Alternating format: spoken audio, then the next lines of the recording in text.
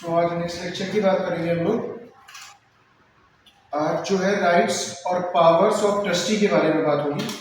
तो इसमें सबसे पहले जो है ऑलरेडी हमने डिस्कस किया था duties and liabilities of trustee, जो चैप्टर नंबर 3 पे है, सेक्शन 11 to 30 में।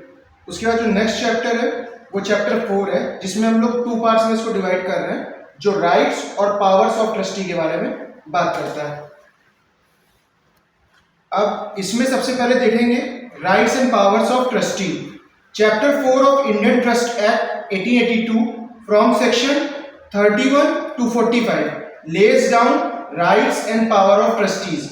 तो यहाँ पे ऑलरेडी जो डिस्कस किया था हमने वो ड्यूटीज डिस्कस की थी, लायबिलिटीज डिस्कस की थी, जो चैप्टर 3 में सेक्शन 11 to 30 में हमने डिस्कस किया था।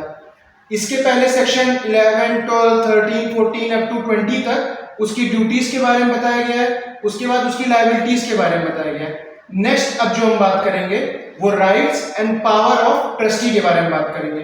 जो चैप्टर 4 डील कर रहा है वो rights and power of trustee के बारे में बात कर रहा है, जो सेक्शन 31 to 45 है।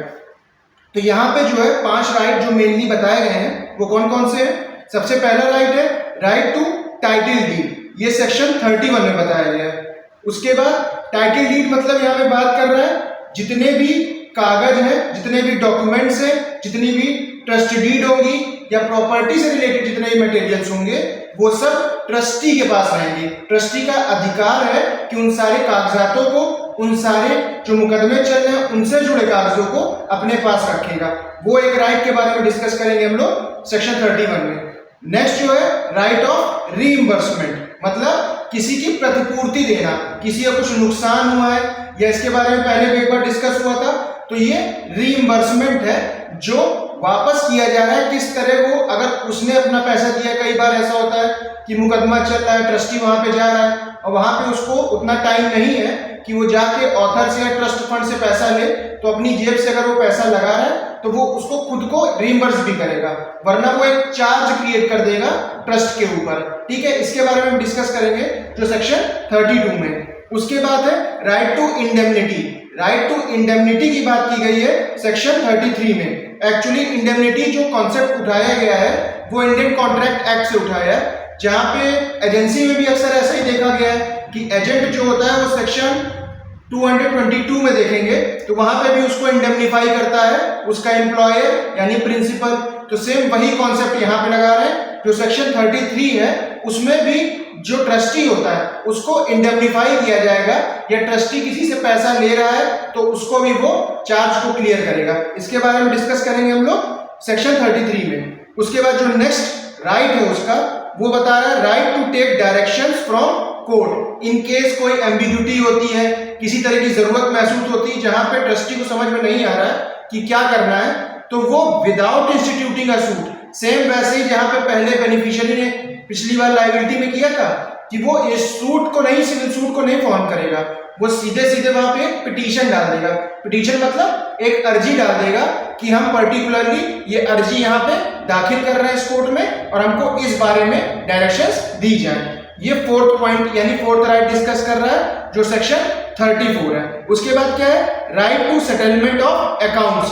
सेटलमेंट ऑफ अकाउंट्स यानी अकाउंट को अच्छी तरीके से समझ के उनको सेटल डाउन करना, ये भी किसका राइट है, ट्रस्टी का राइट है। सेक्शन 35 में उसकी बात की गई है। तो आप 5 राइट जो दिए गए हैं वो कहां दिए गए, सेक्शन 31, 32, 33, 34, 35। 31 में दिया गया है टाइटल डीड के बारे में, सेक्शन 32 में दिया गया है रीइंबर्समेंट के बारे में, सेक्शन 33 में दिया गया है इंडेमनिटी के बारे में, सेक्शन 34 में दिया गया है डायरेक्शंस फ्रॉम कोर्ट, ये भी दिया गया है, और उसके बाद सेटलमेंट ऑफ अकाउंट सेक्शन 35 में डिस्कस किया गया। ठीक है, अब इसको थोड़ा सा हम लोग इन डेप्थ में भी डिस्कस कर लेते हैं। तो पहला जो राइट है राइट टू टाइटल डीड, ये सेक्शन 31 में दिया गया है। इसमें क्या कहता है, section 31 provides that a trustee is entitled to have in his possession the instrument of trust। Instrument of trust क्या होता है, ट्रस्ट डीड के बारे में। ठीक है ना, यहाँ पे इंस्ट्रूमेंट ऑफ ट्रस्ट दिया गया है, मतलब ऑलरेडी इस बारे में डिस्कस किया गया है कि वो ट्रस्ट डीड की बात कर रहा है। जो ट्रस्ट से जुड़े कागज होंगे वो किसके पास रहेंगे, किसके पोजीशन में रहेंगे, किसके कब्जे में रहेंगे, ट्रस्टी के कब्जे में, न्यासी के पास जो है वो सारे कागजात रहेंगे।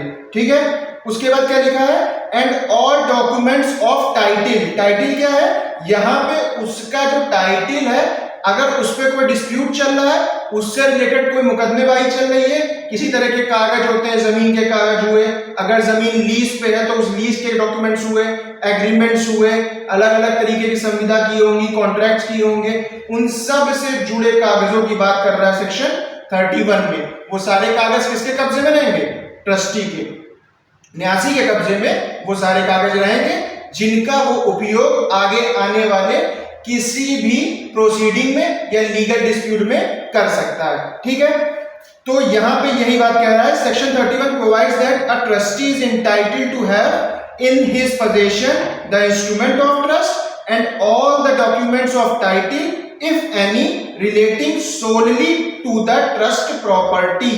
तो ट्रस्ट प्रॉपर्टी कैसी हो सकती है, मूवेबल होगी और इमूवेबल होगी। अगर मूवेबल है तो मियर डिक्लेरेशन से या डिक्लेरेटरी से भी उसे लीगल कर सकता है, और अगर वो इमूवेबल प्रॉपर्टी है तो वो राइटिंग में होनी चाहिए, साइन होनी चाहिए, रजिस्टर्ड होनी चाहिए। रजिस्ट्रेशन कहाँ होगा, इंडियन रजिस्ट्रेशन एक्ट 1908 में। ठीक है, ये बात हो गई सेक्शन 31 की। एक राइट जो टाइटल डीड का है वो सिंपली ये कह रहा है कि उसके पास ट्रस्ट डीड होगी और सारे कागज जो ट्रस्ट प्रॉपर्टी से रिलेटेड हो। अब वो ट्रस्ट प्रॉपर्टी कैसी भी हो सकती है, मूवेबल हो, इमूवेबल हो, किसी भी प्रॉपर्टी के बारे में बात कर रहा है, उससे जुड़े जो कागज होंगे वो किसके पास होंगे, ट्रस्टी के पास होंगे। ठीक है, अगला बात कर रहा है राइट ऑफ रीइंबर्समेंट। अब रीइंबर्समेंट का मतलब जो लिटरल मतलब होता है वो प्रतिपूर्ति कहते हैं हिंदी में। प्रतिपूर्ति मतलब अगर किसी तरह की क्षति हुई है, किसी तरह का नुकसान हुआ है, तो उसका मुआवजा कहां करेंगे, कोई डेट लिया है तो उसको रीपे कहां करेंगे,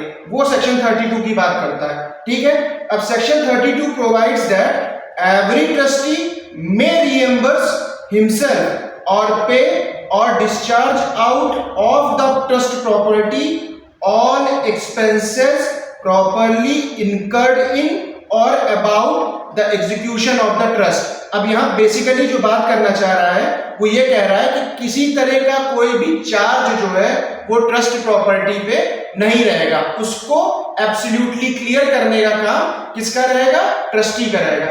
न्यासी के पास ये प्रभाव रहेगा, ये अधिकार रहेगा कि किसी तरह का लोन, किसी तरह का डेट, किसी तरह का चार्ज उस ट्रस्ट प्रॉपर्टी पे नहीं आना चाहिए, उसको चाहे वो खुद उसकी वजह से भी क्यों ना हो। अब सपोज दैट एक एग्जांपल ले लेते हैं कि अगर कोई कानूनी विवाद चल रहा है न्याय से संबंधित, यानी ट्रस्ट से संबंधित, ट्रस्ट से रिलेटेड कोई लीगल लिटिगेशन चल रही है, उस लीगल लिटिगेशन में हमने पाया कि वहां पे at random, at instant, immediately, एकदम आकस्मिक तौर पे जरूरत पड़ गई किसकी, कुछ पैसों की, और वो पैसा ट्रस्टी ने अपनी जेब से लगा दिया। सपोज दैट 10,000 कुछ पैसा था, वो देना था, उस समय जमा करना था, तो उसी समय उसने वो अपनी जेब से लगा दिया, तो एक चार्ज हो गया ना। अब पैसा अपनी जेब से तो कोई लगाएगा नहीं, भले वो ट्रस्टी भी क्यों ना हो, तो तुरंत ही वो उस पैसे को रीइंबर्स करेगा, भले ही वो खुद के लिए भी वो पैसा क्यों ना दे रहा हो। मतलब खुद से उसने भी जेब से वो पैसा जो लगाया है, उस पैसे को वो रिटर्न वापस अपने उस ट्रस्ट प्रॉपर्टी से ले सकता है। ठीक है, और द रियलाइजेशन, प्रिजर्वेशन और benefit of the trust property और द प्रोटेक्शन और सपोर्ट ऑफ द बेनिफिशियरी। अब यहां पे हम लोग देख सकते हैं कि उसने रियलाइजेशन किया, वसूली भी कर सकता है, मतलब किसी तरह से कोई डेट, कोई रेंट, किसी तरह का कुछ पैसा बकाया हो तो उसको वो रियलाइज करने के लिए भी, प्रिजर्व करने के लिए भी, या ट्रस्ट प्रॉपर्टी के बेनिफिट के लिए भी। इन केस रियलाइजेशन का एग्जांपल दे देते हैं कि ट्रस्ट प्रॉपर्टी में कुछ मकान बने हुए हैं, कुछ कमरे बने हुए हैं, तो उनसे कोई रेंट आ रहा है तो वो रेंट प्रॉपर्टी में ही तो है, वो रेंटल प्रॉपर्टी जो है वो ट्रस्ट प्रॉपर्टी है, तो जो मनी आएगा वो ट्रस्ट मनी होगा कि नहीं होगा, उसी से एक्सपेंस जो इकट्ठा हुआ है उसको अपने पास वो रखेगा, तो वो रियलाइजेशन ऑफ मनी भी और उसका प्रिजर्वेशन ट्रस्ट प्रॉपर्टी का और उससे जुड़े जितने बेनिफिट होते हैं, या फिर प्रोटेक्शन और सपोर्ट ऑफ द बेनिफिशियरी। तो ये इंपॉर्टेंट है, जो ये वर्ड लिखे हुए हैं ये इंपॉर्टेंट है, the realisation, preservation, benefit of the trust property और द प्रोटेक्शन और सपोर्ट ऑफ द बेनिफिशियरी। तो बेनिफिशियरी के इंटरेस्ट को प्रोटेक्ट भी करेगा और सपोर्ट भी करेगा। कौन करेगा? ट्रस्टी, ये उसके पास राइट है। If he page such expenses out of his pocket he has a first charge upon the trust property for such expenses and interest thereon। अब सपोज दैट कि 10,000 रुपीज उसने अपनी जेब से दिया और काफी समय तक वो पैसा जो है रेंट पे उस पर चार्ज एज अ चार्ज चलता रहा। अब जब कोई पैसा रहेगा काफी टाइम तक ट्रस्ट के ऊपर, तो अक्सर जो कोर्ट्स होती हैं वो एक मार्केट रेट के इंटरेस्ट उस पर अप्लाई कर देती है। सपोज दैट बहुत फेमस केस था एक सहारा का, तो सहारा में भी अभी जब जजमेंट आया उसमें देखेंगे आप, तो उसमें सर्टेन रेट ऑफ इंटरेस्ट भी लगा दिया गया कि 10 साल तक ये पैसा किसके पास पड़ा हुआ था? उस पर्टिकुलर सहारा कंपनी के पास था। अब इतने टाइम तक लोगों का पैसा जब वहां पे है 10 साल तक, तो मान लीजिए 7% 8% का उस पर रेट ऑफ इंटरेस्ट भी लगा सकता है, और सिंपल इंटरेस्ट भी हो सकता है वो, कंपाउंड इंटरेस्ट भी हो सकता है। तो मतलब एक साधारण ब्याज भी हो सकता है वो, और चक्रवृद्धि ब्याज भी हो सकता है। तो मैथ का पीछा ये आपका नहीं छोड़ेगा। तो यहाँ पे भी वो इंटरेस्ट लगाया है, वो भी काउंट इसमें हो रहा है। तो सिंपली उसने सबसे पहले जो ट्रस्ट प्रॉपर्टी पे जो चार्ज दिया, उस चार्ज पे एक इंटरेस्ट भी वो क्रिएट कर रहा है। अब एक तरह से उसने एक लायबिलिटी नहीं फॉर्म कर दी उस ट्रस्ट प्रॉपर्टी पे, जो बेनिफिट ऑफ द बेनिफिशियरी के लिए था, उसने खुद से अपनी जेब से एक 10,000 का अमाउंट देके अपने ही ऊपर एक लायबिलिटी बना ली कि मतलब उसको वो पैसा अगर वो पे नहीं करेगा तो एक रेट ऑफ इंटरेस्ट वो बढ़ता चला जाएगा, और एट स्टैंड कभी वो खत्म हुआ तो वो रेट ऑफ इंटरेस्ट जो है भी काउंट हो जाएगा और एज अ लायबिलिटी काउंट हो किसके ऊपर? उस ट्रस्ट प्रॉपर्टी के ऊपर। तो ये इंपॉर्टेंट है कि राइट टू रीइंबर्समेंट सेक्शन 32 में वहां पे एक ट्रस्टी को, एक न्यासी को अपने सारे पैसे जो उसने दिए हैं अपनी जेब से, उसको वो वापस ले ले, उसको रीइंबर्स वो कर ले। और किसी से भी उसने पैसा लिया है तो वो किसी तरह का चार्ज उस ट्रस्ट प्रॉपर्टी पे क्रिएट नहीं करेगा, क्योंकि अभी हम पढ़ेंगे इसमें आगे कि जब वो आगे जो है जब प्रॉपर्टी को एक्सटेंड करता है, डिस्चार्ज करता है, तो किसी तरह का लायबिलिटी और चार्ज उस प्रॉपर्टी के ऊपर नहीं होना चाहिए। किसी तरह का चार्ज उस प्रॉपर्टी के ऊपर हुआ तो वो किसकी जेब से भरा जाएगा? उसी की जेब से उसको भरना पड़ेगा। तो शुरुआत में उसने 10,000 रुपए दिया, पर अगली बार जब वो वापस करेगा लास्ट में, तो उसका इंटरेस्ट के साथ वो वापस करेगा, जो उसी के लिए एक लायबिलिटी हो जाएगी। तो इंपॉर्टेंट चीज ये है कि यहाँ पे वो किसी तरह का ऐसा कोई लायबिलिटी और चार्ज क्रिएट करने की कोशिश नहीं करेगा, वो सेक्शन 32 में ऑलरेडी बताया गया है। उसके बाद बात कर रहे हैं राइट टू इंडेमनिटी। इंडेमनिटी हम लोग ने ऑलरेडी कॉन्ट्रैक्ट में ही पढ़ा था, ठीक है। और उसके अलावा जो एजेंट है उसके ऊपर भी इंडेमनिफाई किया जाता था कि एजेंट अगर कोई काम गुड फेथ में कर रहा है, सेक्शन 222 में और 223 में दोनों जगह पे इंडेमनिफिकेशन कर रहा था। तो इंडेमनिफाई जब करता है प्रिंसिपल, तो उसमें बताता है कि अगर गुड फेथ में काम किया उसने और कोई पैसा एजेंट ने इन्वेस्ट कर दिया है प्रिंसिपल का गुड फेथ में, कि ये जानते हुए कि ये जो इन्वेस्टमेंट हम कर रहे हैं ये अच्छा प्रॉफिट लेके आएगा प्रिंसिपल के लिए। अब इन केस कुछ ऐसा हो गया फोर्स मेजूरे की वजह से या कुछ एक्ट ऑफ गॉड की वजह से कि वो पैसा जो है डूब गया, तो इसका मतलब ये नहीं कि वो इंडेमनिफाई करना शुरू कर देगा प्रिंसिपल किससे? उस एजेंट से। तो कहने की बात ये है कि यहाँ पे अगर गुड फेथ में है, उसने पूरा अच्छे से रीजनेबल केयर लिया है, तो फिर उसको लायबिलिटी नहीं होगी। वो एक सेंस ऑफ एरर मान लिया जाएगा कि यहाँ पे उसको हो सकता है एरर हो गया हो, ह्यूमन एरर किसी से भी हो सकती है, तो वो एरर की बात उस पर कर सकता है, ठीक है। तो क्या है राइट टू इंडेमनिटी सेक्शन 33 में? ये क्षतिपूर्ति के लिए है, वो प्रतिपूर्ति था। प्रतिपूर्ति क्षतिपूर्ति में अंतर है। यहाँ पे रीइंबर्समेंट जो कर रहा है उसने पे किया उसको अपनी जेब से और वापस रीइंबर्स कराया। यहाँ पे इंडेमनिटी में उसकी वजह से कोई नुकसान हुआ और उसको वो पैसा इंडेमनिफाई करना पड़ेगा, ठीक है। तो ये कॉन्सेप्ट यहाँ पे है। Section 33 provides that a person other than a trustee, एक पर्सन जो ट्रस्टी नहीं है, who has gain an advantage from a breach of trust. अब breach of trust must indemnify the trustee to the extent of the amount actually received by such person under the breach। अब यहाँ breach of trust क्या होता है? breach of trust already हम लोग ने पहले पढ़ा था जब सेक्शन 3 पढ़ रहे थे, है ना। तो उसमें हम लोग ने डिफिनेशन कौन से पढ़ा था कि any duty imposed on trustee, उसकी ड्यूटी का जो ब्रीच करेगा वो ब्रीच ऑफ ट्रस्ट हो जाएगा।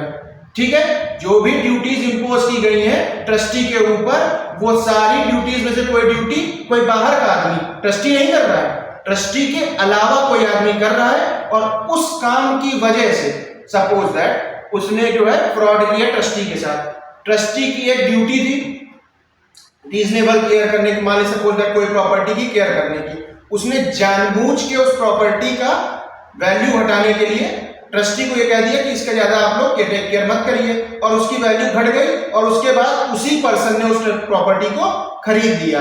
तो यहाँ पे उसकी जो वैल्यू इंडेमनिफाई करेगा वो किसको? ट्रस्टी को।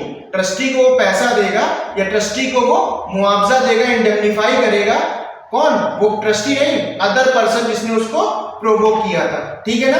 तो यहाँ जो वर्ड लिखा है a person other than a trustee, ये इंपॉर्टेंट है। A person other than a trustee who has gained an advantage from breach of trust must indemnify the trustee to the extent of the amount actually received by such person under the breach, and where he is beneficiary the trustee has a charge on his interest for such amount। और अगर वो person जो ट्रस्टी नहीं है beneficiary है, अगर वो पर्सन ट्रस्टी नहीं क्या है बेनिफिशियरी है, तो बेनिफिशियरी होने की वजह से वो पर्सन का जो इंटरेस्ट है उस पे चार्ज लगा देगा ट्रस्टी, यानी उस पर्सन के इंटरेस्ट से वो इंडेमनिफाई करेगा उस पर्टिकुलर जो नुकसान हुआ है, जो पर्टिकुलर उसकी वजह से जो मुआवजा उसको चाहिए वो वहां से करेगा। ठीक है ना? तो ये राइट टू इंडेमनिटी समझ में आया। ये रिलेट सेम वैसे ही इंडेमनिफाई कर रहा है, वो प्रतिपूर्ति कर रहा है, अपनी क्षतिपूर्ति को कंप्लीट कर रहा है। कहने के मतलब ये कोई पर्सन जिसने अदर देन अ ट्रस्टी हो, वो person other than a trustee हो जिसने एडवांटेज लिया है ब्रीच ऑफ ट्रस्ट का। और ब्रीच ऑफ ट्रस्ट कहां डिफाइन है? ऑलरेडी थर्ड डिफिनीशन है सेक्शन 3 की, वो आप लोग देख सकते हैं। Any duty imposed on trustee, उसका ब्रीच अगर हो रहा है, उसका उल्लंघन हो रहा है, अगर उसको नहीं माना जा रहा है, तो वो जो है ब्रीच ऑफ ट्रस्ट कहलाएगा। उसका एडवांटेज किसी और पर्सन को मिला, तो उस एडवांटेज, जितना एडवांटेज, जिस अमाउंट में उसका एडवांटेज मिला है, जिसकी वजह से उतना एडवांटेज जो मिला है, वो वापस उसको ट्रांसफर किया जाएगा एज अ इंडेमनिटी। ठीक है? अब अगला आ गया सेक्शन नंबर 34। अब इस सेक्शन 34 में क्या बात कर रहा है? सेक्शन 34 में एक इंपॉर्टेंट बात ये कर रहा है, right to take directions from court. अब ये कंस्ट्रक्शन की बात सेम वैसे ही है, आज इसी में ही कंस्ट्रक्टिव ट्रस्ट भी हम लोग डिस्कस करेंगे। ठीक है ना? कि कंस्ट्रक्टिव ट्रस्ट क्या है, ऑलरेडी हम लोग ने चैरिटेबल ट्रस्ट के बारे में डिस्कस किया था। ठीक है? उसी तरह एक और पार्ट भी है, वो है कंस्ट्रक्टिव ट्रस्ट। अब उसका भी डिस्कशन आज हम लोग इसी में कर लेंगे। ठीक है ना? तो लिखा हुआ है section 34 provides that any trustee में विदाउट इंस्टीट्यूटिंग अ सूट, मतलब सिर्फ मियर पिटीशन फाइल करनी है, बस सिर्फ अर्जी फाइल करनी है। उस अर्जी को फाइल करने के बाद उसको सिविल सूट को इंस्टीट्यूट करने की कोई आवश्यकता नहीं है। कहने का मतलब ये है section 34 provides that any trustee may apply by petition to a principal civil court of original jurisdiction. ये फिर से आ गया वापस ना, principal civil court of original jurisdiction, जहां पे बेनिफिशियरी अप्लाई कर रहा था लायबिलिटी के लिए, है ना, न्यू जो ट्रस्टी की अपॉइंटमेंट हो रही थी उसके लिए कर रहा था, वो बेनिफिशियरी अप्लाई कर रहा था कोर्ट में, principal civil court of original jurisdiction में अप्लाई कर रहा था, वहीं पे ये ट्रस्टी अप्लाई कर रहा है। किसके लिए? डायरेक्शंस के लिए। कह रहा है apply by petition to a principal civil court of original jurisdiction for its opinion. Opinion मतलब उनके ओपिनियन की वजह से, उनकी राय जानने के लिए, एडवाइस एंड और direction on any present question. Present question मतलब किसी भी तत्कालिक समय पे न्यासी को या मतलब ट्रस्टी को ट्रस्ट से रिलेटेड कोई दिक्कतें आती हैं, तो उसके लिए वो एक पिटीशन डाल के अदालत से पूछ सकता है कि आपका ओपिनियन क्या है, आपकी डायरेक्शन क्या है, या आपकी एडवाइस इस पे क्या है। Respecting the management and administration of the trust property, मतलब प्रबंधन, उस ट्रस्ट प्रॉपर्टी को मैनेज करने के लिए एडवाइस ले सकता है, एंड एडमिनिस्ट्रेशन, और उसके प्रशासन या शासन के लिए भी एडवाइस कर रहा है, किस तरह उसको एडमिनिस्ट्रेशन करना है, किस तरह उसको मैनेज करना है उस ट्रस्ट प्रॉपर्टी को, उसके एडवाइस के लिए, ओपिनियन के लिए वो कोर्ट में अप्लाई कर सकता है एक पिटीशन भर से। उसके लिए उसको सिविल सूट का इंस्टीट्यूशन करना इंपॉर्टेंट नहीं है। ये बात कर रहा है फोर्थ राइट ऑफ ट्रस्टी की, जो सेक्शन 34 है, ठीक है ना। अब इसमें ऑलरेडी बता दिया गया है कि यहाँ पे वो कोई सूट अपने आप से इंस्टीट्यूट नहीं करेगा, ठीक है ना। और इस तरह कहीं देखने को मिला था हम लोग को सेक्शन 74 में बेनिफिशियरी अप्लाई कर रहा था ना कोर्ट के पास कि आप न्यू अपॉइंटमेंट कर दीजिए ट्रस्टी का। वो ट्रस्टी के अपॉइंटमेंट के लिए सेक्शन 74 में भी अप्लाई कर रहा था, सेम उसी कोर्ट में अप्लाई कर रहा था, principal civil court of civil original jurisdiction में, ठीक है ना, principal civil court of original jurisdiction में, ठीक है ना। तो ये हो गया आपका फोर्थ पॉइंट। फिफ्थ पॉइंट क्या कह रहा है? फिफ्थ पॉइंट कह रहा है right to settlement of accounts. अब अकाउंट का प्रॉपरली सेटलमेंट हो जाना चाहिए। अक्सर इस लैंग्वेज को बहुत यूज करते हैं कि सेटलमेंट कर लेते हैं, तो सेटलमेंट कर लेते हैं, एक्चुअली ये आया कहां से? अकाउंट सेटलमेंट से। वो जो अक्सर बैंक्स में होता है कि एट लास्ट सेट ऑफ करने के बाद या किसी तरह कुछ इंटरेस्ट जोड़ने के बाद, एट लास्ट 20 साल में रिटायरमेंट के बाद पीपीएफ अकाउंट के थ्रू, कई तरीके के थ्रू हम देखेंगे कि वो जो सेटलमेंट होता है वो अकाउंट सेटलमेंट यही होता है, ठीक है। सेक्शन 35 और इसी के रिलेटेड एक सेक्शन भी है, सेक्शन 213, वहां एजेंट्स का अकाउंट को सेटल किया जाता है कि उसमें जो है किसी तरह का कुछ बकाया राशि नहीं बची होनी चाहिए, ठीक है ना।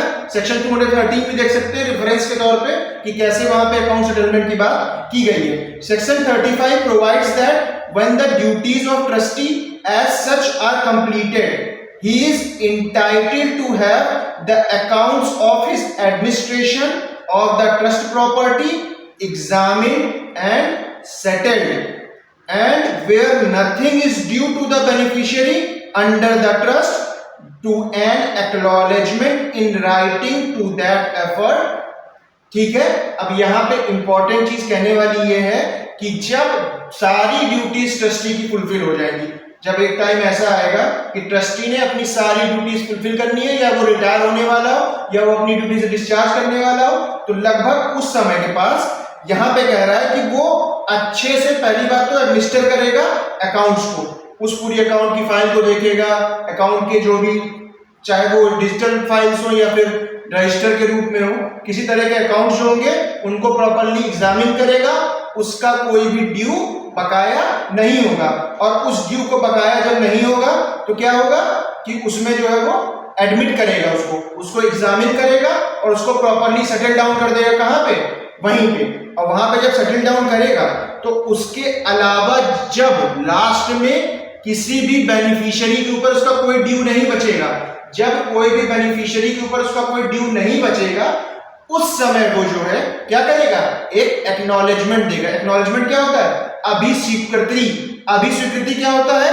वहां पे प्रॉपर्ली वो रिकॉग्नाइज करेगा कि किसी भी लाभार्थी को कोई भी पैसा दे नहीं है, नीचे अपना साइन करेगा, बकायदा उस पर स्टैम्प करेगा, बकायदा उसको रिकॉग्नाइज करेगा, रजिस्टर करेगा, एक लीगल डॉक्यूमेंट के रूप में ये दिया जाता है, इसे एक्नॉलेजमेंट कहते हैं, ठीक है ना। तो उसको जो है वो एक्नॉलेज करेगा कि अब से कोई भी पैसा या कोई भी लोन, कोई भी डेट, किसी तरह का कोई चार्ज हमारे ऊपर लायबल नहीं है। ये 5 जो है हम लोग के राइट्स थे, जो किसके ऊपर थे? ट्रस्टी के। ट्रस्टी के पास ये राइट्स हैं कि ऑलरेडी वो ये राइट्स को परफॉर्म कर सकता है जो ऑलरेडी रिटन है अंडर सेक्शन 31 to 35। तो पहला राइट क्या हो गया? सबसे पहले उसके पास टाइटल डीड होगी, सबसे पहले उसके पास क्या होगी? टाइटल डीड होगी। दूसरा क्या है कि राइट टू रिइंबर्समेंट होगा, ठीक है, सेक्शन 32 में। उसके बाद राइट टू इंडेमनिटी होगी। उसके बाद क्या होगा? उसके बाद इंडेमनिटी के बाद उसके पास to take directions from the court, वो कोर्ट के पास जाके डायरेक्शंस भी ले सकता है। और क्या कर सकता है?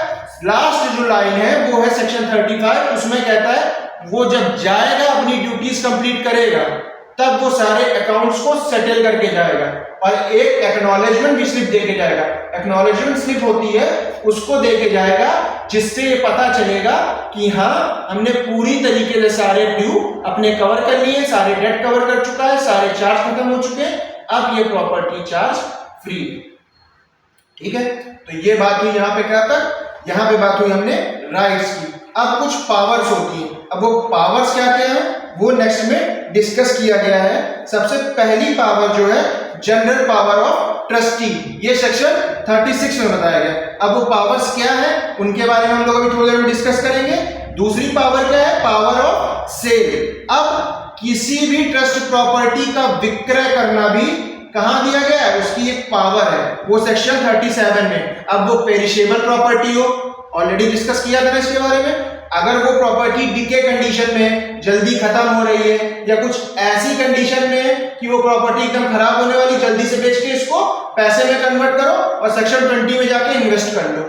ठीक है, अभी इन्वेस्टमेंट का एक और सेक्शन भी यहाँ पे, वैसे ही यहीं पे सेक्शन 37 में बताया कि उसके पास पावर है कि वो विक्रय कर सकता है, सेल कर सकता है, पावर टू सेल। उसके बाद नेक्स्ट क्या है, power to vary investment, section 40, read with section 20 of Indian Trust Act. वहां पे जो है उसके पास एक पावर थी, ड्यूटी थी कि वो तुरंत पेरिशेबल प्रॉपर्टी उसको मिल रही थी सेक्शन 16 में, और 16 की प्रॉपर्टी को इन्वेस्ट किसमें कर रहा था, 20 में, और 20 में वो उस इन्वेस्टमेंट को वेरी कर सकता है। उसको लग रहा है, सपोज समझ में आया उसको कि ये जो इन्वेस्टमेंट उसने किया है वो पर्टिकुलरली ज्यादा प्रॉफिटेबल नहीं है, उसको इस जो पैसा उसने लगाया है उसमें ज्यादा प्रॉफिट, ज्यादा लाभ नहीं मिल रहा है। अब जब उसको लाभ नहीं मिल रहा है तो तुरंत उसको एक्सचेंज करके किसी और जगह पे लगा सकता है, वो पैसा तुरंत वो पैसा वो आउट ऑफ द बॉक्स करेगा और उसको इन्वेस्ट कर देगा कहीं और ले जाके।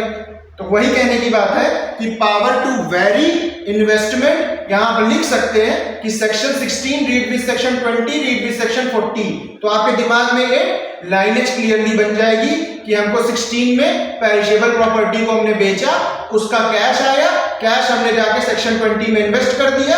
अगर सेक्शन 20 से हमको रिटर्न नहीं मिल रहा है तो सेक्शन 40 में जाके हम उस कैश को दोबारा किसी और जगह पे इन्वेस्ट कर सकते हैं। ठीक है, उसके बाद नेक्स्ट क्या है, power with regard to the maintenance of minor beneficiary.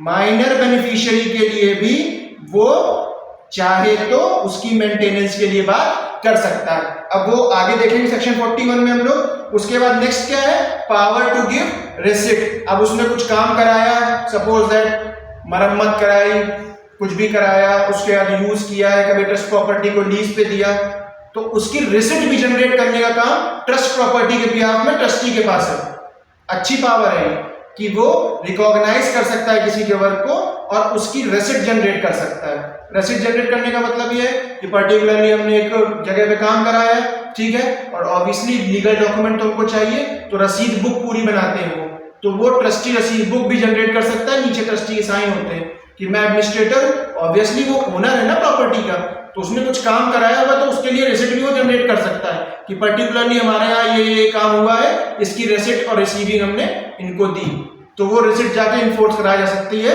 Legal document के रूप में। ठीक है ना। उसके बाद क्या है, पावर टू कंपाउंड। अब पावर टू कंपाउंड की बात कहां पे कर रहा है, सेक्शन 43 में। सेक्शन 43 में बात कर रहा है किसके बारे में, पावर टू कंपाउंड के बारे में।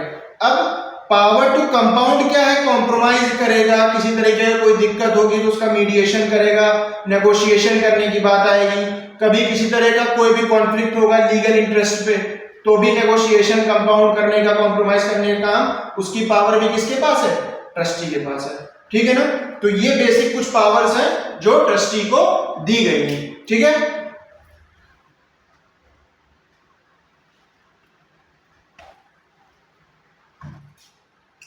तो यहां पे इन 6 पावर्स के बारे में हम लोग और थोड़ा सा एक्सप्लेन करके डिस्कस कर लेते हैं। सबसे पहला क्या है, general power of trustee, section 36 में बताया गया। Section 36 provides that in addition to the power expressly conferred by this act, already और भी पावर्स इस एक्ट में दी गई है, उस पावर के एडिशन में ये पावर दी जा रही है। क्या पावर है वो, and by instrument of trust. और हाँ, 2 चीजें यहां पे स्पेसिफिकली बता दिया गया है।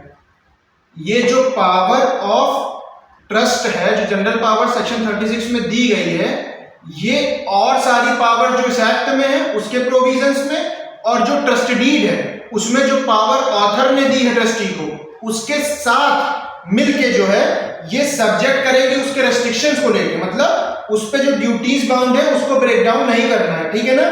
If any contained in such instrument and to the provision of section 17, section 17 किसकी बात करता है? Trustee must be impartial, impartial होना चाहिए। अगर पार्शियल है तो वो उन पावर्स का यूज करेगा तो वो उसी पर्सन के लिए यूज करेगा जिसके लिए वो पार्शियल होगा, ठीक है ना।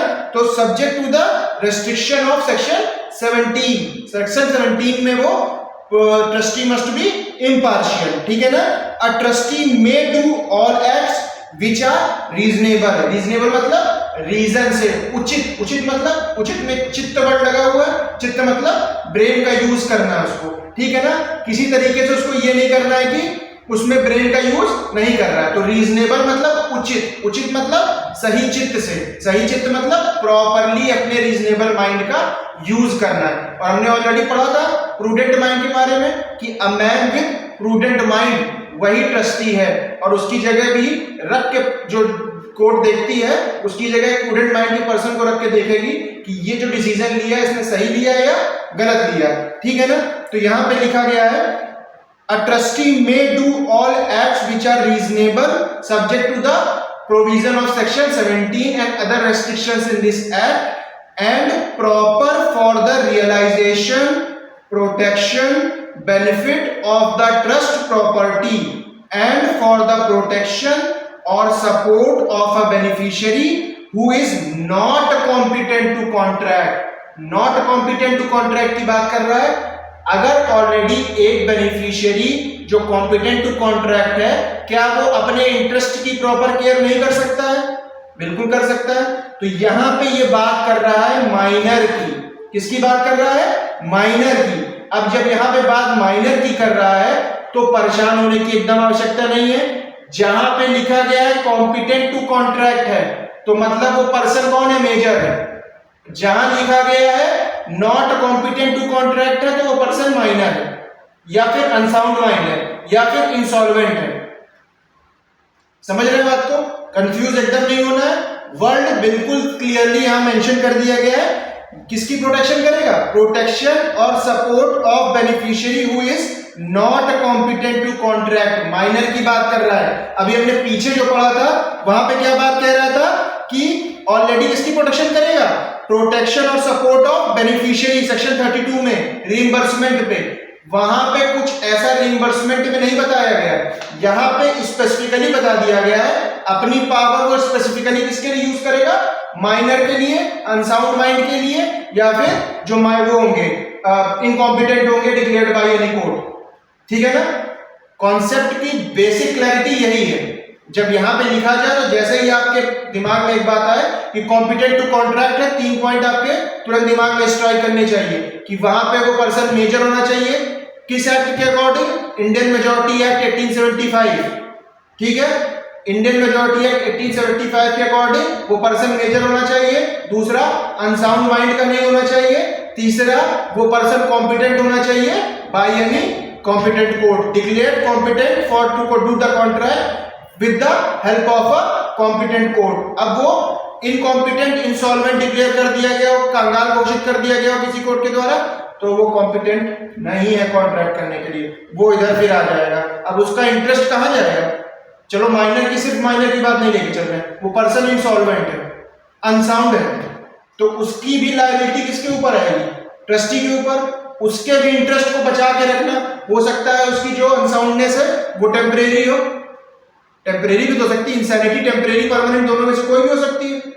तो यहां पे वो बात बता दी गई है कि ये जो चार्ज है वो किसके ऊपर जा रहा है, इसकी लायबिलिटी किसके ऊपर जा रही है, उसकी पावर जो मिलेगी वो ट्रस्टी को मिलेगी कि ट्रस्टी उसके इंटरेस्ट को सिक्योर करेगा, प्रोटेक्ट करेगा, ठीक है। तो यहां पे ये बात कर रहा है। अब यहां पे इसका एक एक्सेप्शन भी दिया गया है इसी सेक्शन में, जब आप पढ़ेंगे आगे तो नॉर्मली वो सेक्शन एमसीक्यू के लिए इंपॉर्टेंट है 21 इयर्स वाला, कि कोर्ट की परमिशन चाहिए होती है अगर वो ट्रस्ट प्रॉपर्टी को लीज कर रहा है 21 इयर्स में। तो ये एक एमसीक्यू के लिए आप लोग मार्क कर सकते हैं, पर पावर्स में यहाँ पे इसका डिस्क्रिप्शन या डिस्क्राइब हमने नहीं किया, पर नॉर्मली एमसीक्यू के लिए एक आप बात वहां पे लिख लिया 21 इयर्स, कि अगर 21 ईयर से ज्यादा के टाइम के लिए इसकी प्रॉपर्टी को जो है लीज करनी है तो परमिशन ऑफ कोर्ट लेनी पड़ेगी। कोर्ट कौन सी होगी? Principal civil court of original jurisdiction, ठीक है ना, वहां कंफ्यूज नहीं होना है। एमसीक्यू में भी है principal civil court of original jurisdiction, tick mark मारना है, आंसर सही हो जाएगा। ठीक है, थोड़ा पढ़ के थोड़ा समझदारी से करेंगे, थोड़ा याद करेंगे, बहुत इजी टॉपिक है, बहुत टफ नहीं है। ठीक है, तो यहाँ पे जनरल पावर ऑफ ट्रस्टी जो बताया गया सेक्शन 36 में बता दिया गया है। ऑलरेडी यहाँ पे जो लीगल डॉक्यूमेंट की बात किया गया है उसमें जो पावर्स दी गई हैं, प्लस एक्ट में और कहीं जो पावर्स दी गई हैं, प्लस एडिशन में जो रेस्ट्रिक्शन है सेक्शन 17 का भी कि मस्ट बी इम्पार्शियल। इम्पार्शियल पहले ही बोल दिया है कि पार्शियलिटी अगर वो करेगा तो फिर फायदा क्या है उसके इन्वेस्टमेंट का, उसको इतनी पावर दी नहीं जानी चाहिए फिर। ठीक है ना, तो इम्पार्शियल होना इंपॉर्टेंट है, subject to the provision of section 17। अब 17 के प्रोविजन को वहां पे इंप्लाई कर रहा है। ठीक है ना, अब यहाँ पे नेक्स्ट जो है पावर ऑफ सेल, विक्रय करने की ताकत किसको दी गई है? ट्रस्टी को दी गई है। अब क्यों दी गई है वो देखते हैं। Section 37 provides that where the trustee is empowered to sell any trust property, he may sell the same subject to prior charges or not। Prior charges की बात कर रहा है कि हो सकता है उस पे चार्ज हो सकता है उस पे चार्ज ना हो। ठीक है, एंड ईदर टुगेदर और in lot by public auction और बाय प्राइवेट कॉन्ट्रैक्ट। तो स्पेसिफिकली अगर ट्रस्ट डीड में बता दिया गया है कि आप पब्लिक ऑक्शन से करेंगे तब तो उसे प्राइवेट कॉन्ट्रैक्ट के थ्रू नहीं कर सकता है। अगर स्पेसिफिकली बता दिया गया है कि प्राइवेट कॉन्ट्रैक्ट से करना है तो पब्लिक ऑक्शन से नहीं कर सकता है, तो वो subject to the provision of instrument of trust रहेगा। हमेशा हमेशा प्रायोरिटी कौन रहेगा? Instrument of trust. जो ट्रस्ट डीड रहेगी उसमें जो लिखा है वो पहले इंप्लाई करेगा, बाद में ये। ठीक है ना, उसमें भी अगर फिर उसमें अब आप पूछेंगे कि अगर अनलॉफुल पर्पस है तो ट्रस्ट डीड वैलिड होगी? तो ट्रस्ट डीड वैलिड ही नहीं होगी, इलीगल होगी तो वैलिड होने की क्या जरूरत है उसको, है ना। तो यहाँ पे स्पेसिफिकली बता दिया गया है कि अगर उस पर कोई चार्ज है या नहीं है तब भी वो उसको सेल कर सकता है। ठीक है, पर एक नॉर्मल तरीके से देखा जाएगा तो यहाँ पे सेक्शन 35 में उसको वो प्योरली सेटल कर देगा, उसको सेटल डाउन कर देगा, उसको खत्म कर देगा अकाउंट्स को, किसी के ऊपर कोई लायबिलिटी को रखेगा नहीं।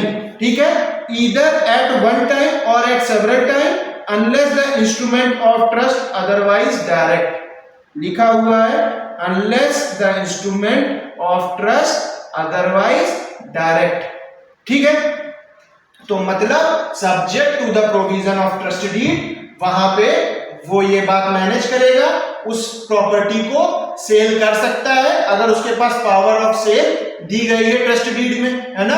और अगर ट्रस्ट डीड में उसकी पावर दी गई है तो उसके बाद वो उसको सेल करेगा, भले उसके ऊपर कोई चार्ज हो चाहे ना हो, चाहे वो पार्ट्स में हो या फिर पूरा होली धीरे धीरे करके बेचे या पूरी एक साथ बेच दे, पर उसके पास पावर होनी चाहिए। और ये पावर कब यूज करेगा? जब एकदम ट्रस्ट खत्म होने वाली हो, ट्रस्ट का कोई काम बचा ना हो, उस प्रॉपर्टी का कोई काम बचा ना हो। ठीक है ना, चाहे वो कोई कार है, कार पड़े पड़े खराब हो रही है, नहीं समझ में आ रहा, उसने बेच दिया, उसको लिक्विड में चेंज किया, मतलब इन कैश किया, कैश करके उसने उसका पैसा सेक्शन 20 में जाके इन्वेस्ट कर दिया, बस।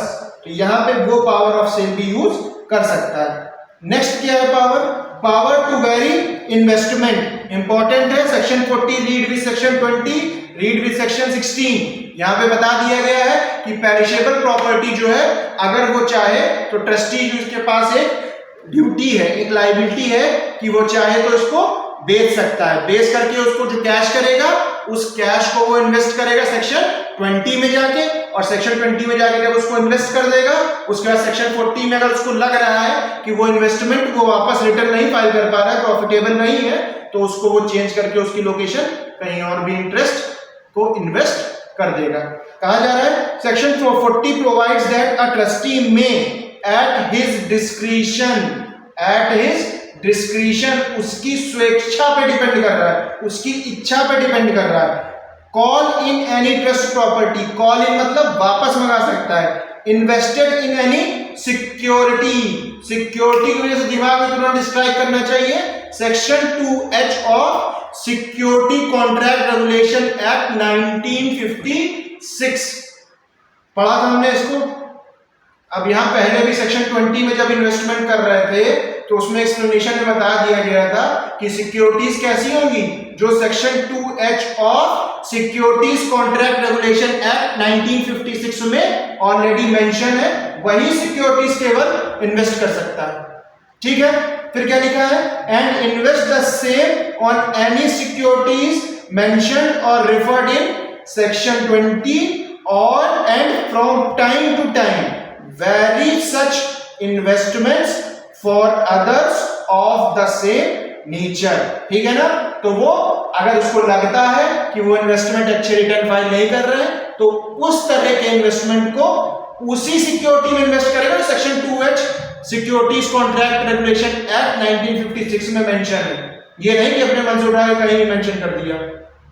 बात समझ में आ रही है? ये नहीं कि मतलब कुछ पैसा उसने इन्वेस्ट किया था शेयर मार्केट में और शेयर मार्केट से निकाल के उसने जो है सट्टेबाजी शुरू कर दी, या किसी पर्टिकुलर पर्पस के ऐप में लगा दिया पैसा, उसके बाद कह रहा था कि रिटर्न आएगा शाम तक और पता चला उसका पैसा डूब गया। तो ये नहीं करना। जो सिक्योरिटीज दी हुई है सेक्शन 2H में, सेक्शन 2H में किसके, सिक्योरिटीज कॉन्ट्रैक्ट रेगुलेशन एक्ट किसमें, 1956 में, वहां पे ये ऑलरेडी बता दिया गया है कि उस सिक्योरिटीज को आप पढ़िए। उन सिक्योरिटीज में जो जो सिक्योरिटीज दी गई हैं, अब बॉन्ड दिए गए हैं, डिवेंचर्स दिए गए हैं, शेयर दिए गए हैं, या प्रॉपर्टी खरीदनी है, या फिर कोई पर्टिकुलर एसेट बाई करना है, ये सब वहां पे वो लिस्ट मेंशन की गई, उस लिस्ट में आप जो है देख सकते हैं। ठीक है ना, तो नॉर्मली ये सिक्योरिटीज आपको बाई करनी है। एग्जाम्पल में लिखना चाहे तो शेयर हो गया, डिवेंचर्स हो गए, बॉन्ड्स हो गए, या फिर कई बार जो है ग्रीन बॉन्ड्स निकलते हैं, गवर्नमेंट ही जारी करती है, तो वो बॉन्ड्स खरीद के उसमें इन्वेस्ट कर दिया। ठीक है ना, सहारा के निकले, किसी के निकले, तो वो उसमें इन्वेस्ट करके उस प्रॉपर्टी को वापस वो इन कैश करा सकता है ना। ठीक है, तो नेक्स्ट क्या है, power with regard of to maintenance of minor beneficiary. अब कौन सी पावर की बात कर रहा है, उस पावर की बात कर रहा है जब मेंटेनेंस ऑफ माइनर प्रॉपर्टी की बात कर रहा है। माइनर के बेनिफिशियरी जो है उसके मेंटेनेंस के लिए क्या करेगा, वो सेक्शन 41 में बताया गया। क्या बताया गया है? अब माइनर कहां डिफाइन है, माइनर जो होगा वो इंडियन मेजॉरिटी एक्ट 1875 के अंदर आएगा। 18 इयर्स वाला जो कॉन्सेप्ट है, तो ये दिमाग में थोड़ा सा रखना है कि माइनर और मेजर, इसके बीच में डिफरेंस कहां दिया हुआ है। Section 41 provides that where any property is held by a trustee for a minor, such a trustee may at his discretion. फिर वापस एट हिज डिस्क्रिशन आ गया।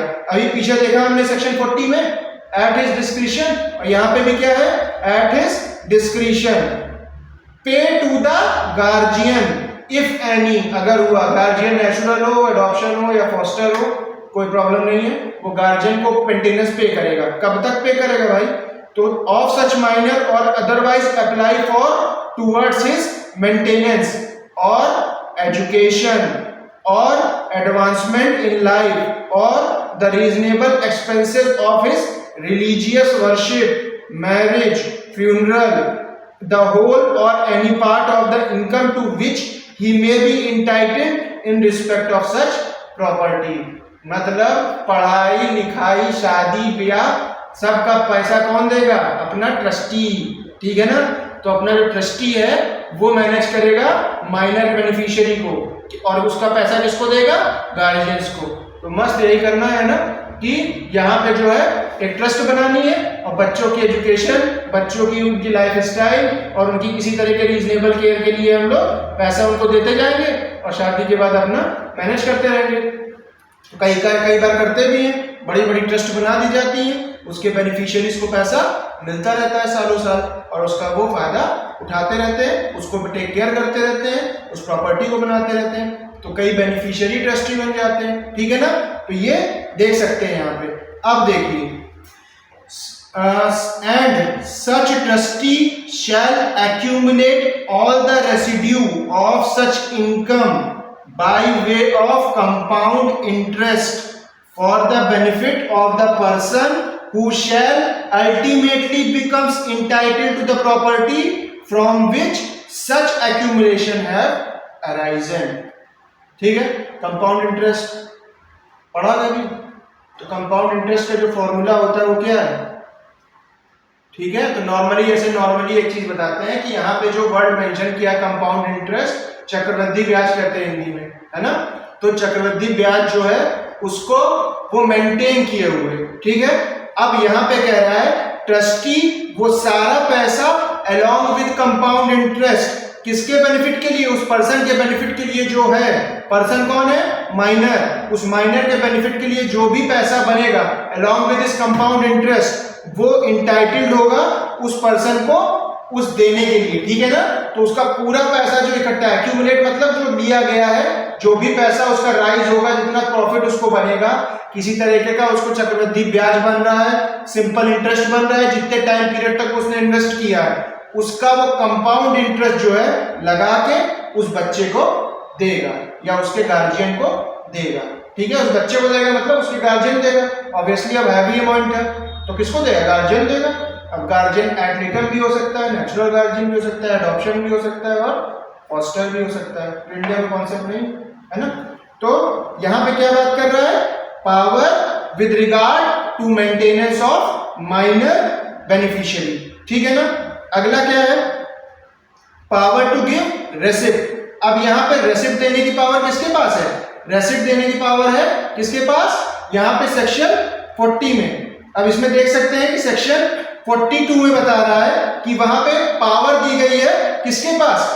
इसके पास, कि पावर टू गिव रेसिप्ट। यहां पे कहा गया है power to give receipt under section 42 provides that any trustee may give a receipt in writing for any money, securities और other movable properties payable, transferable और deliverable to them by reason or in the existence of any trust or power and in the absence of fraud, such receipt shall discharge the person who owned them।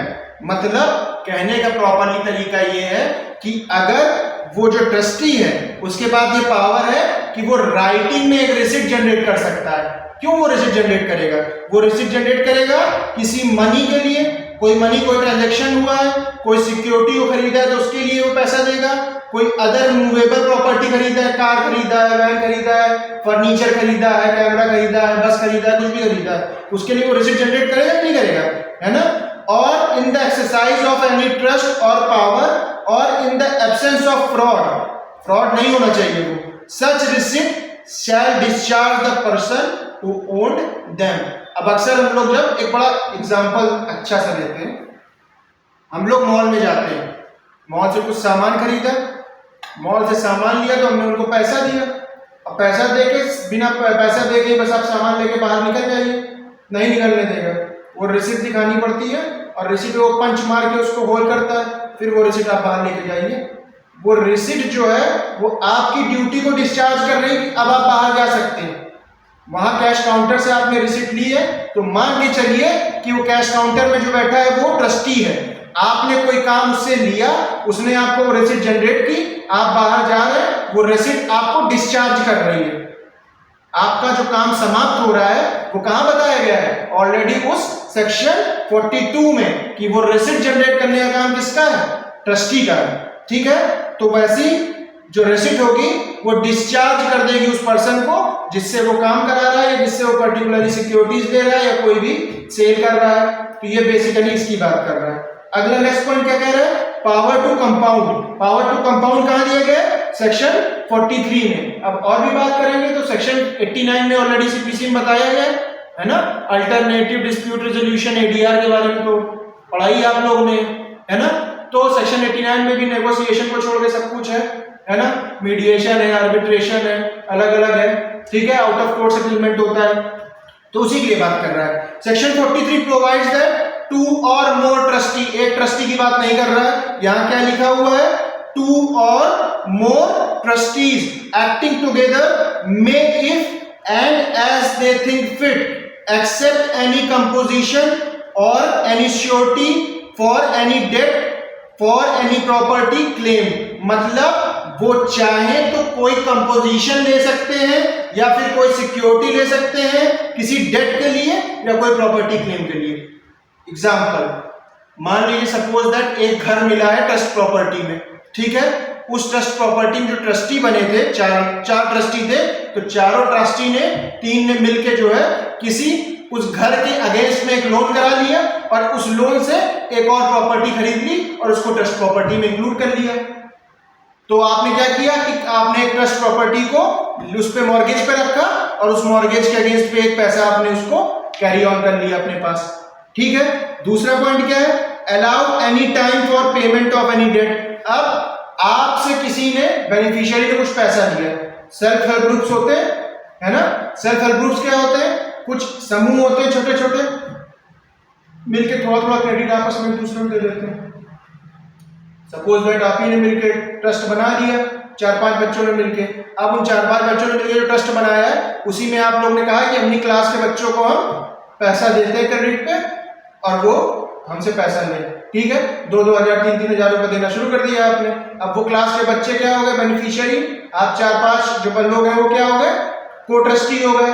अब आप लोग चाहें तो जब वो repayment का time आएगा तो कह सकते हैं कि अलाउ कर सकते हैं कि वो पेमेंट का टाइम आप थोड़ा सा आगे बढ़ा दीजिए, मुझको परसों दे देना, कल दे देना या थोड़ा जल्दी कर देना। ठीक है ना, तो वैसे ही सेम यहाँ पे है, allow any time for payment of any debt if delayed, अगर डिले हुआ तो, और उसके अलावा भी वो अपनी स्वेच्छा से, अपने डिस्क्रिप्शन से ले सकते हैं। अगला क्या है, थर्ड पॉइंट है, compromise, compound, abandon, submit to arbitration और otherwise settle any debt, account, claim और thing whatever relating to the trust.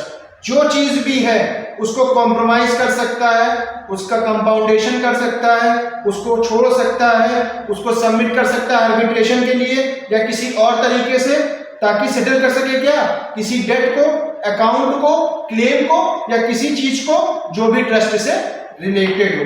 ठीक है, ये बात उसने बताई। फोर्थ पॉइंट क्या कह रहा है, फोर्थ पॉइंट कह रहा है, for any of those purposes to enter into, give, execute और do such agreements, instrument of composition, arrangements, releases and other things to them seem expedient without being responsible for any loss occasion by any act, thing so done by in good faith. Good faith की बात कह रहा है, किसी तरह का वो agreement कर रहा है, किसी तरह का वो एग्जीक्यूशन कर रहा है, कोई ट्रस्ट प्रॉपर्टी से रिलेटेड, किसी तरह कोई कंपोजिशन खरीद रहा है, कोई डेट ले रहा है, ठीक है ना, या फिर वो उसको जो रीजनेबल लग रहा है, जो उसको उस समय युक्ति युक्त लग रहा था, रीजनेबल लग रहा था, उस समय जो उसको लग रहा था कि ये क्वालिफाई कर रहा है, तो वहां पे कह रहा है कि without being responsible for any loss occasion by any act और thing so done in good faith. तो ऑलरेडी ये देखा भी हम लोगों ने कई जगह पे कि सेक्शन 222-223 में वो एजेंट लेता है ना, तो उसकी इंडेमनिटी है गुड फेथ में, तो उसको प्रॉपर लॉस का ऑडिट नहीं होता, तो उसको लॉस की भरपाई जो है वो एजेंट नहीं करेगा क्योंकि उसने प्रॉपरली रीजनेबल केयर लिया है, गुड फेथ में किया है।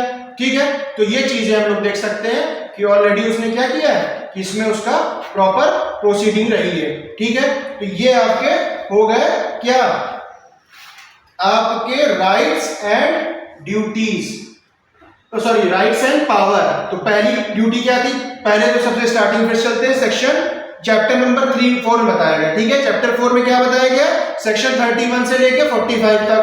अब इसमें बताया गया है rights and power of trustee. अब उसमें बताया गया है सेक्शन 31 में राइट टू टाइटल डीड कहा दिया गया, सेक्शन 31 में कि किसी तरह के कागज वगैरह वो किसके पास रखेगा, अपने पास रखेगा। रीइंबर्समेंट की पावर किसके पास है, ट्रस्टी के पास है। उसके अलावा इंडेमनिटी का राइट किसके पास है, ट्रस्टी के पास है, सेक्शन 33 में। उसके अलावा right to take direction from the court, ये सेक्शन 34 में है, ये राइट किसके पास है, ट्रस्टी के पास है। और अकाउंट का सेटलमेंट कहां करेगा, सेक्शन 35 में। अगला पावर कहां पे दिया गया है, general power of trustee section 36 में, पावर ऑफ सेल सेक्शन 37 में, power to vary investment section 40 में, power with regard to maintenance of minor beneficiary section 41 में, power to give receipt section 42, power to compound section 43। तो ये कुछ 6 powers और आपकी जो है 5 ड्यूटीज जो है बेसिकली बता दी गई हैं। तो यहाँ पे आपको 10 पिछली बार आपको बताई गई थी, 10 जो है ड्यूटीज थी उसकी और लायबिलिटीज उसकी 4 थी। यहाँ पे राइट उसके 5 है और 6 उसकी पावर्स है। तो ये बेसिकली आप लिख देंगे तो काफी हद तक आपका ट्रस्टी वाला अकाउंट क्लियर हो जाएगा। तो ये बेसिक एक सिनेरियो था जो ट्रस्टी के पास क्या क्या ड्यूटीज हैं, क्या लायबिलिटीज हैं, क्या राइट्स हैं, क्या पावर है।